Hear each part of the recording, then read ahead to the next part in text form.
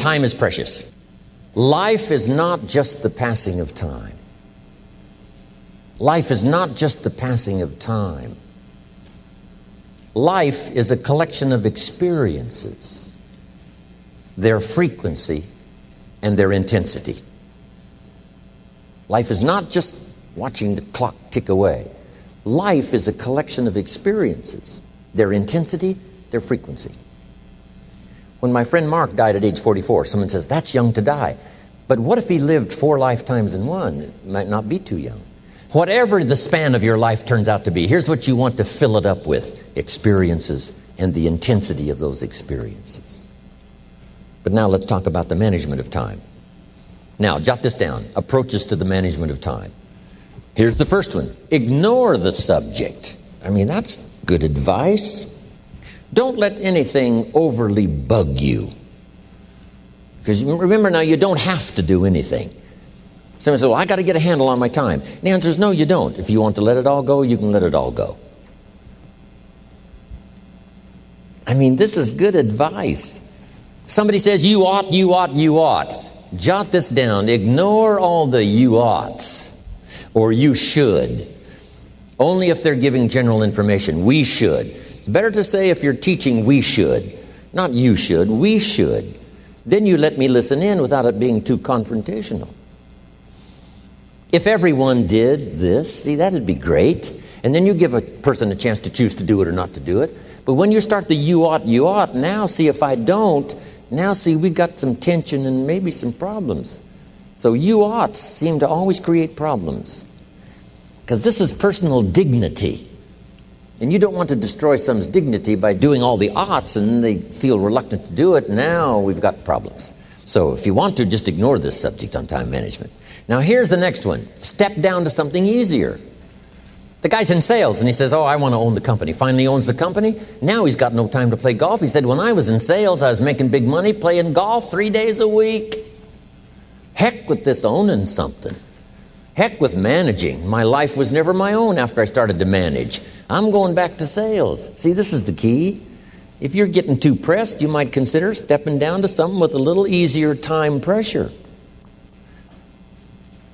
Little girl says to her mother, Daddy comes home, brings his briefcase and pats me on the head and says hello, disappears and works on his papers. How come my daddy doesn't play with me? And her mother said, look, your daddy loves you very much, but he's so busy at work, he can't get it all done, he has to bring it home. He loves you, but that's why he can't play with you. And the little girl said, why don't they just put him in a slower group? So, jot this down now. If you don't have time for your kids, you might consider joining a slower group. Remember when I said some things I went for cost me too much? So reconsider. Next key to time management. And that's work longer and harder. But see, there's a limit to that. I almost lost my health the first year. I went so crazy about personal development and achievement. I just went bonkers. You know, I told you I was skinny. By the end of that first year, I was a walking shadow. And then it suddenly occurred to me, what if I got rich and too ill to spend it? I mean, that was a shocker. So I started developing a little more reasonable. Because I said, if 12 hours won't do it, I'll work 14. If that won't do it, I'll work 18. I mean, how many hours it takes. And sure enough, it cost me too much. So see, working longer and harder for some might be appropriate. You know, if you're just sitting around not doing that much, this might be good, work longer and harder. But you can only work so hard. Here's the key, not to work harder, but smarter. When you've worked as hard as you can, doing the best you can in terms of physical output in the time, reasonable time. Now here's the ultimate in the management of time, and that is you simply become more skillful. When I first got into sales, you know, I was around people that could get, 9 out of 10, 8 out of 10.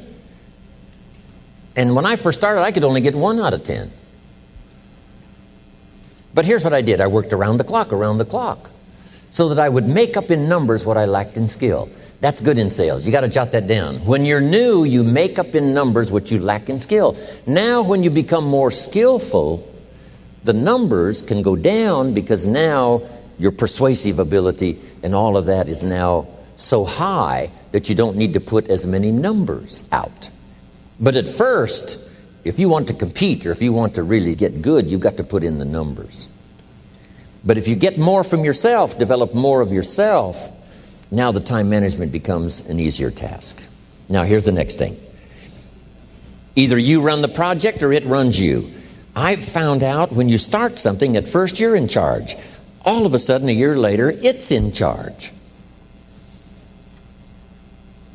Some of the companies I started, I'm telling you, I'm in control. A couple of years later, I'm out of control. At first, I've got it on the run. 2 years later, it's got me on the run. Haven't got enough time. I'm dizzy with trying to get it all done. So here's part of the key, and that's to get in charge. It's easy to start something. First thing you know, you're out of control. It's in control. The enterprise you get started now runs you ragged.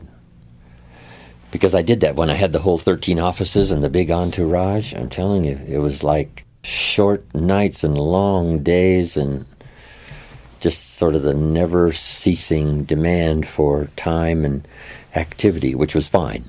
At that time in my life, it was fine, and created a lot of good results and laid some good foundation for a lot of future careers that came from those unique times. There's a pretty long list of people who were inspired by it and educated by it and participated in that program I had going.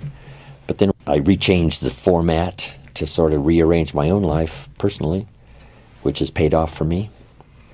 Now I have a heavy workload, but if you finally get to the place where you have most everything done for you, I still farm in Idaho, but I'm what's known as a gentleman farmer.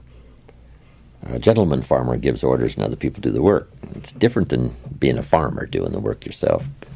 I know that because I was raised in the farm country where I still have my farm, but now I have the luxury of participants who look after my agriculture, look after my home building. My daughter looks after all of my accounts and my residences and my real estate, and I have good partners in business. That's extra luxury.